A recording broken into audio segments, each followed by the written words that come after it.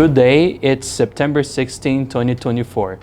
Only 7 weeks left before the 2024 presidential election, and we will keep you updated week after week about the road to the White House. Who would it be, Kamala Harris or Donald Trump? I'm Joe Buban. Welcome to the polls. And I'm Cynthia Altman, sitting for Sam Buban. Welcome to this week's edition. The big thing that happened last week was the first presidential debate between Harris and Trump in Pennsylvania, and we will give you an opportunity to weigh in on these candidates as we give you at least 5 points and issues where each candidate stand, or they responded to these questions. First, on immigration. Donald Trump says 150 countries are sending their criminals to the U.S. border, and that is the reason those countries, their crime rates are down. And Kamala Harris, who is the quote-unquote border czar of President Biden, had let millions of people into our country, according to Trump. Fact check, Kamala Harris was not a border czar. She was a special envoy to Central American countries, talking to governments of what can be done to reduce migration to America as asylum seekers. Kamala said she prosecuted criminals who crossed the border who are engaged in violent crimes, drugs, and human trafficking, and that the bipartisan bill that would have put 1,500 Border Patrol agents and support services was killed by Donald Trump through his surrogates in the House of Representatives. Because Donald Trump wants chaos rather than solutions to the crisis, she added. On healthcare, particularly affordable healthcare known to many as Obamacare, Kamala Harris, she will continue to take the cost down and serve more people, and Medicare negotiating with pharmaceutical companies to lower the price of drugs. Trump says he no longer wants to end Obamacare, but make it better. But when asked if there are specific plans, Donald Trump said he has concepts of plans. On national security, when asked on our support for Ukraine, Trump said he wants the war to stop. He wants the killing to stop. That if he was president, Russia would have not invaded Ukraine, and said if elected in November, he will already end the war in Ukraine before he even is sworn. He bragged about knowing Putin very well, that Biden does not know how to talk to Putin. Kamala Harris' response was, if we did not help Ukraine and supported Ukraine to defend its sovereignty, Putin will be sitting in Kyiv right now, looking down at the rest of Europe, starting with Poland, that Putin's agenda does not end in Ukraine, that Trump says he will end it in 24 hours. Because he will just give up on Ukraine, and that supporting our allies is the job of a commander-in-chief to protect our national security. That is friendship, which is nothing but a flattery to you, Trump, but will eat you for lunch. On the issue of women's right over their body, Trump said he accomplished what many presidents could not accomplish, and that is end Roe v. Wade, and is so proud of that achievement, that the issue of abortion had divided the country for 52 years, and that issue of women's protection of the right to abortion, such determination of whether to allow or ban now belongs to individual states. Kamala Harris said that when she becomes president, she will make sure that the women's right of what they want to do with their bodies be made into a federal law, that these abortion bans that does not allow exceptions for a victim of rape or incest and let them carry a child after they have been victimized are simply immoral. As Trump tried to lie his way around the issue, he spoke that there are abortions taking place in 9 months after birth. The moderators fact-checked him and said that there is nowhere in this country that allows abortion on 9 months of pregnancy. On the economy, Harris said she will grow the middle class by creating more jobs and create more tax break like childcare credits for working families, create more homes that middle class can afford, and stop big corporations from buying so many houses for speculation and raising price to renters. And that she will fight big companies who victimizes Americans through price gouging. There was a point during the debate, though, that Trump went his usual way of ranting and lying and saying immigrants are eating their pets, like in Ohio. Of course, the host told Trump that they fact-checked through a public official in Ohio who said no such thing is happening in their state, which many viewers described after the debate the same of the usual Trump's unhinged rantings. We are going to take a commercial break. Please stay with us.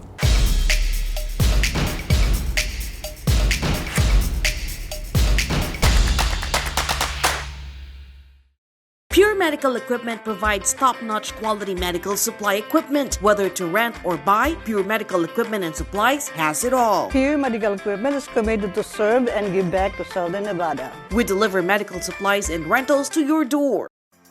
From the Telly Award-winning creator of Love and Karma, Legacy, and Ultra Feminist.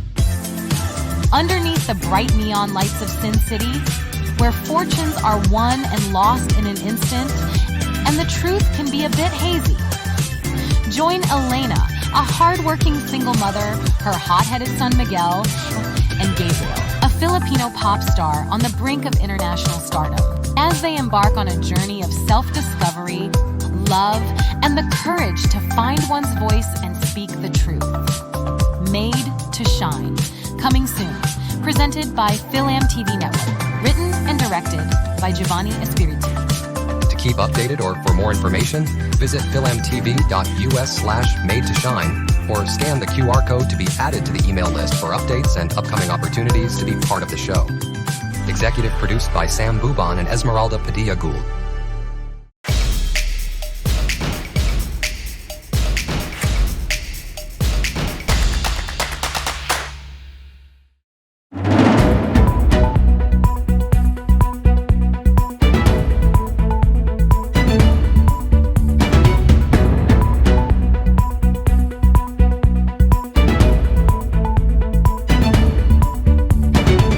Welcome back to the polls.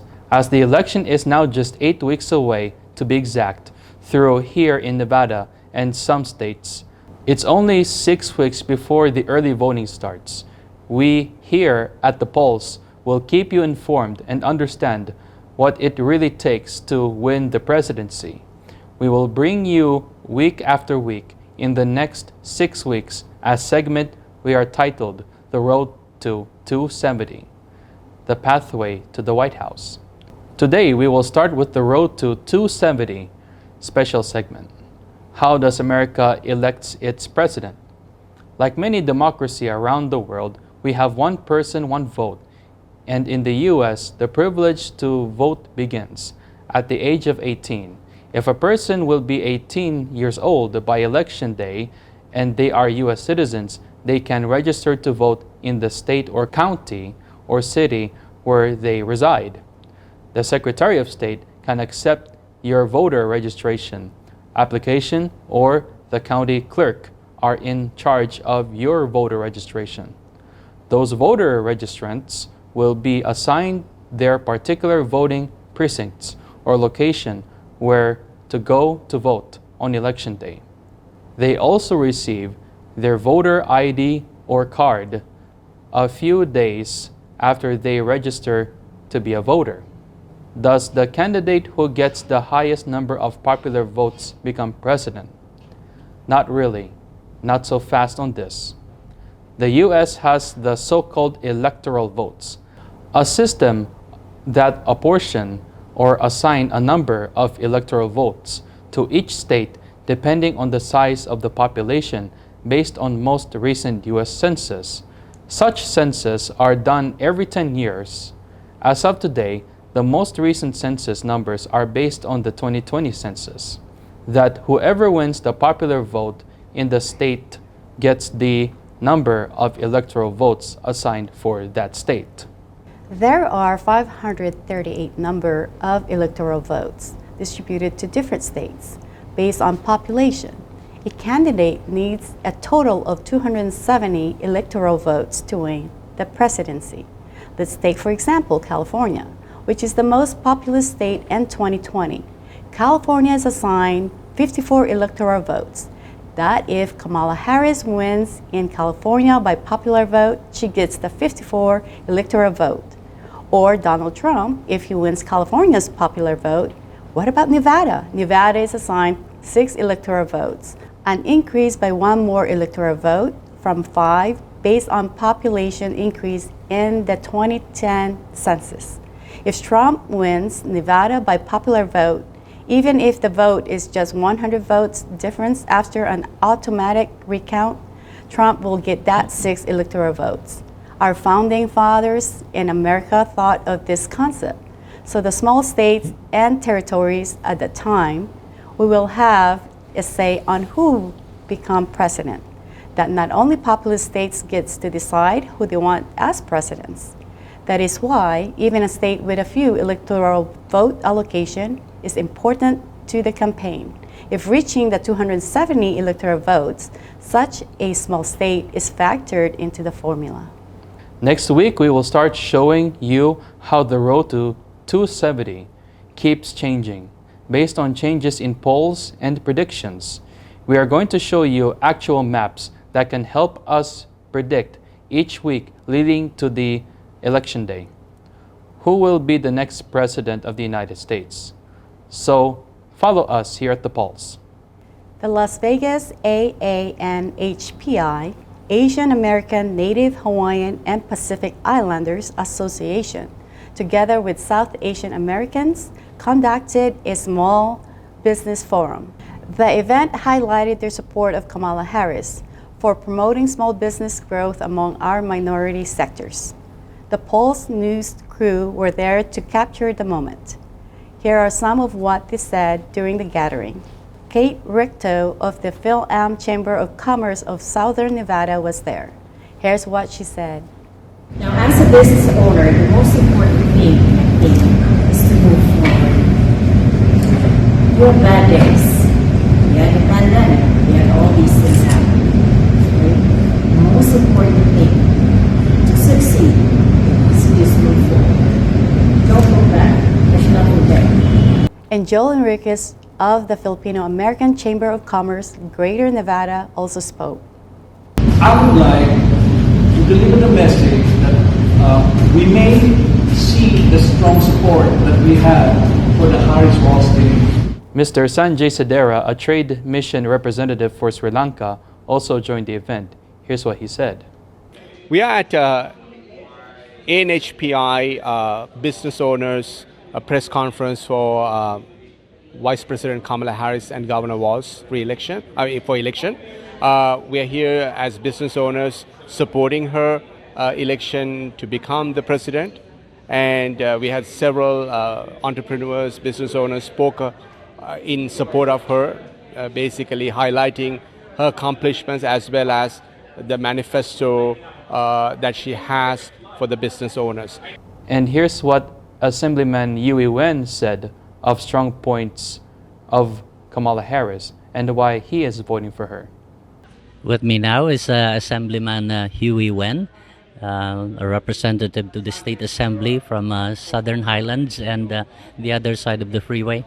Assemblyman Huey Wen, give me 3 strongest points while you're voting for Kamala Harris. Thank you for that question. I'm voting for Vice President Harris because she is one of us. She is part of the Asian American Native Hawaiian Pacific Islander community and is very surreal that in my lifetime I'm able to cast my vote for the President of the United States that I can relate to, and that's very important. I want people to understand that our community, just like every community, and we want to be a part of that American dream, and the Vice President Harris is that symbol for us. In our world news, Palestinians in Gaza are running out of any space to evacuate to safe area.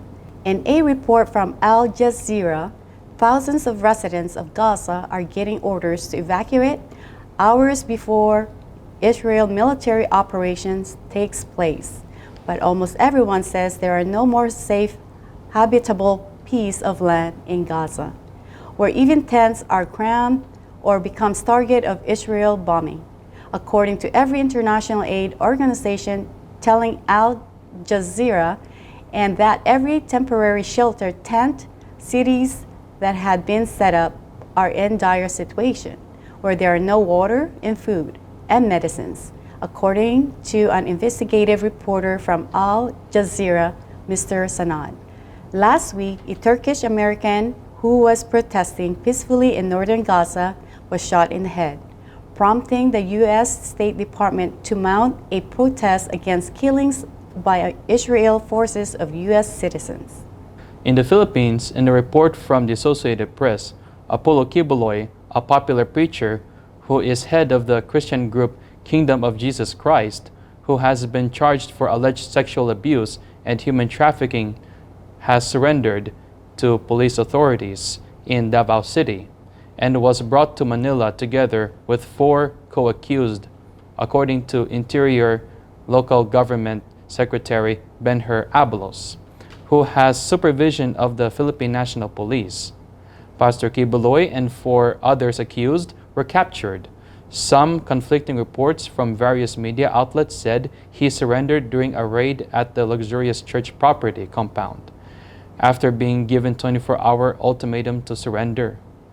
The surrender happened at the vast church complex in Davao City. Kibuloy also faces the same charges in the U.S. and that a 42-count superseding indictment by the U.S. Attorney's Office for the Central District of California in November 18th of 2021 in Los Angeles. Leaders of the church whose activity extended to the U.S. were arrested, but some are still fugitives. We are going to take a commercial break. When we come back, we will be joined by Jessica Smith-Peterson, who is running for judge in Las Vegas, as our interview guest. Please do not go away.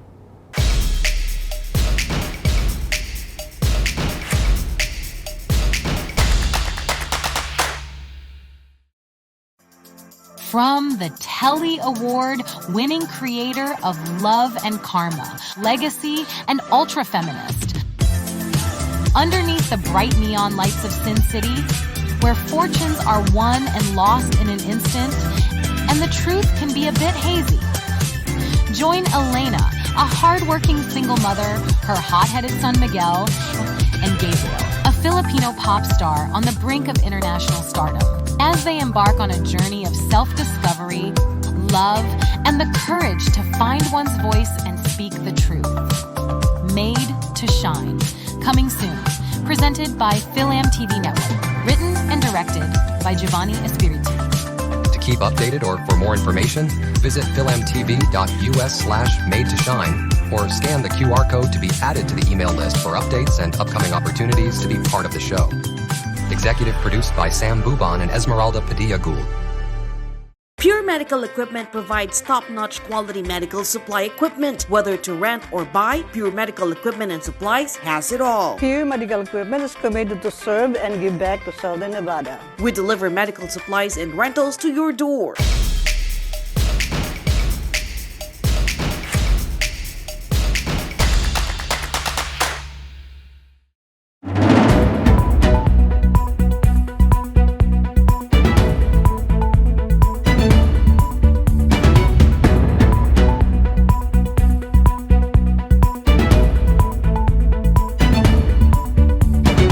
Welcome back to The Pulse. With us now is a public defender, Jessica Smith-Peterson, running for Las Vegas Township Court Judge, Department 4.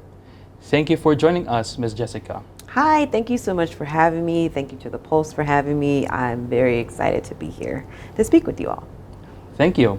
Before we dive into the questions, please tell us more about yourself. So, my name is Jessica Smith-Peterson. I'm a Chief Deputy Public Defender at the Clark County Public Defender's Office. I've been there for the past 7 years. I have been specifically on the Outers team, where I handle misdemeanor and felony cases. I've been on this team for the past, 3 or 4 years now. Educationally, like I went to UCLA for undergrad, I went to Howard Law School in Washington, D.C., and now I'm on the ballot for Las Vegas Justice of the Peace Department 4. So, kind of full circle here. So, Ms. Jessica, is there a difference between a municipal court judge versus a township court judge? So, yeah, so if there are cases or if there are crimes that are committed in the city of Las Vegas, but they are only misdemeanors, meaning that they carry up to at maximum 6 months in the Clark County Detention Center, then they will go to the municipal court. So the municipal court judges will handle those cases. If there are crimes or cases that have a misdemeanor element, but it also has a felony element, and it's committed in the city of Las Vegas, then that goes to the Las Vegas Justice Court Township. That's good. What kind of cases are usually handled in Las Vegas Township Court Department 4? So when you typically think of a criminal case and someone gets arrested and there's a bail hearing, the Las Vegas Justice Court is the court that will handle those hearings. So they can be as small as say, misdemeanor trespass and another felony, or as large or as high as, say, a felony murder. All of those cases, especially if they're attached with a felony charge, will go through the Las Vegas Justice Court, and bail will start there. What we call is initial arraignment as well as a bail hearing, and then it will go forward to, say, what's called a preliminary hearing if a client decides that they want to fight their case. But we don't have felony jury trials. We do have a battery domestic violence court that allows you to have felony or misdemeanor jury trials, but that's about it. Okay. What motivated you to run for judge? Give us some important issues you or the community that has to do with our court system. So I will say, part of running for judge is that I was bullied as a kid, which seems like it's not connected to being a judge, but it goes into why I became a public defender. I always use my words in order to defend myself, and I never wanted anyone to feel like I felt when I was bullied, so I thought that this was the right path for me. And in the 7 years since I've been at the public defender's office, I noticed and I realized that oftentimes we have judges who didn't fully understand the lived experiences of the defendant who was before them, but also sometimes the victim that was on the stand next to them. And I made the decision to run for judge because I believe that I have the compassion as well as the level of understanding for everyone who comes into the courtroom, whether or not they're the defendant, whether or not they're the victim, whether or not they are the corrections officer or even a visitor, to have a courtroom where they feel as if they are, one, heard, but two, that the decisions that are before me are both fair as well as just. You and Vice President Kamala Harris obtained a bachelor's degree from Howard University, but you took up your law degree at UCLA. What part of your life and professional experience you will be bringing with you to the bench as a judge? So it switched. I received my bachelor's degree from UCLA and my law degree from Howard University. And one of the things that I loved about being at Howard is that there was a saying, is that, you're either a social engineer or you're a parasite on society, which seems very extreme. But what that essentially boils down to is that the work that you do as a lawyer when you come through Howard University is to ensure that people's rights are protected, and that you are doing so both fairly and justly. I do know that Kamala Harris is a Howard Bison alum. Myself, as a Howard Law Bison alum, we have those same principles that were provided to us, in our matriculation through the school. I think that when we're looking at the law, and she has also been an attorney prior to her being in federal office is that you understand that, you know, you always work for the people and you work with the people. And I believe that being an effective judge or effective justice of the peace is that you understand that there are issues that are concerning everyone who's going to walk into that courtroom, but at the end of the day, you are doing a service to the community. Like, we are serving those by being in that position, by being a check or a balance on the people who are in front of us. And I think that's really important, and I attribute a lot of that to being a Howard alum. Oh, okay. Ms. Jessica, we are almost out of time. What are your last words, and what would you like to say to your voters? So I would like to say that I am running for Las Vegas Justice of the Peace, Department 4, because I believe that in my journey to continue serving the community, that I would be a great addition to the bench.